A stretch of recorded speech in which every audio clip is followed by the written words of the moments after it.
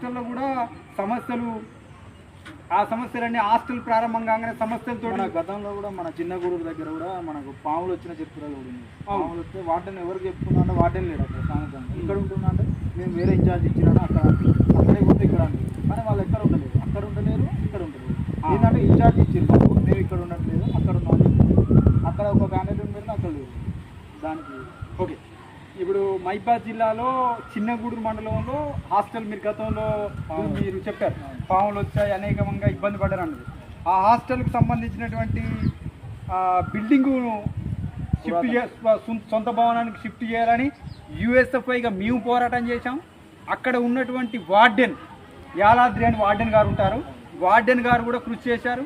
అదేవిధంగా జిల్లా అధికారులు అంటే హాస్టల్కి సంబంధించిన జిల్లా అధికారులు కూడా కృషి చేశారు. ఆ రకంగా షిఫ్టింగ్ అయింది. అదేవిధంగా మీరు అన్నారు వార్డెన్ స్థానికంగా ఉండట్లేదని.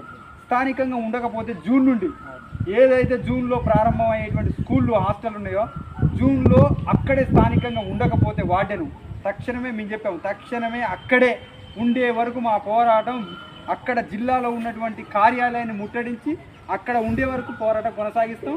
అక్కడ ఉండకపోతే అతను సస్పెండ్ చేసి వేరే వాటిని కేటాయించే వరకు ఆ పోరాటాన్ని విరమించే ప్రసక్తే లేదనేటువంటిది ఈనాడు మీకు తెలియజేస్తా ఉన్నాం. మీ మీడియా ద్వారా, మీ ఎస్ న్యూస్ ద్వారా మీకు ఇంకోటి చెప్తా ఉన్నాం.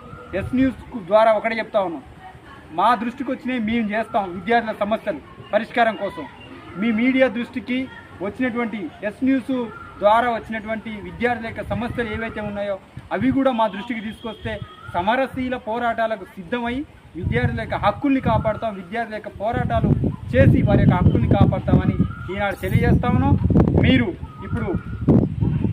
మీడియా మిత్రులు సాయి గారు, మీ ఎస్ న్యూస్ మీకు మీ అందరికీ కూడా ధన్యవాదాలు తెలియజేస్తాను. యూఎస్ఎఫ్ఐ మానుకోట జిల్లా కమిటీ తరపు నుంచి ఇటు యూఎస్ఎఫ్ఐ జిల్లా కమిటీ. ఓకే, చూస్తూనే ఉండండి మరిన్ని అప్డేట్స్ కోసం ఎస్ న్యూస్.